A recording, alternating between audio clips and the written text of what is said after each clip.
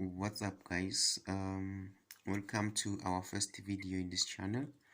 um the first topic I decided to cover is because people have been contacting me asking me to cover a lot of math topics, and then finally I decided to start doing so because I've seen the demand from people from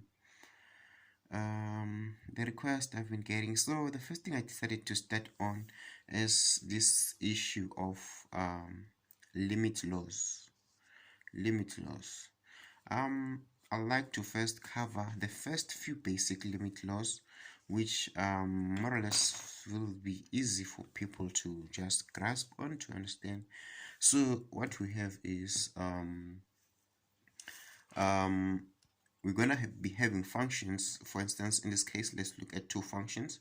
Let f and g be functions by the limit laws, and then let c be just a constant.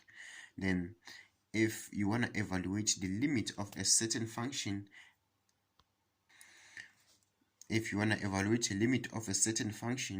as x approaches a certain value, in this case we're going to be using a as whatever the value of x the function will be approaching. In this case, if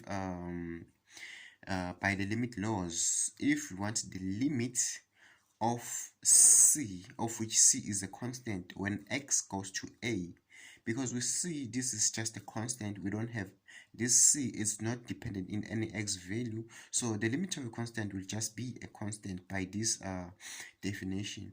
Then number two, this limit, it reads as follows: the limit of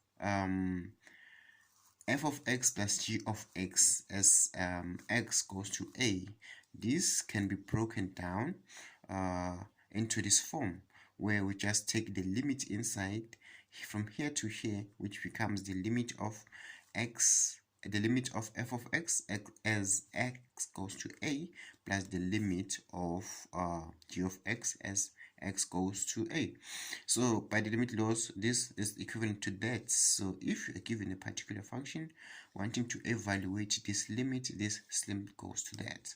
And then the same goes for the difference of functions. If you want the limit of two different functions as x goes to a, it simply becomes that. These are just the same, it's just different signs. And then now if you come here, if you want the limit of a product of a function with a constant c, remember we said c is a constant here. So if you want the limit of c of x as x goes to a, this will just becomes the limit of the function f of x. Remember, the limit of a constant is just a constant, so you can just take this one out, so it becomes that. Hope this one makes sense. Then now the limit of the product of two functions, it's just the limit of a function times the limit of the other function.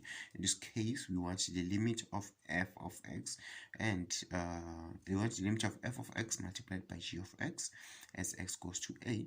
This simply becomes the limit of f of x as x goes to a multiplied by, maybe I should just put in a product sign here, the limit of g of x as x goes to a.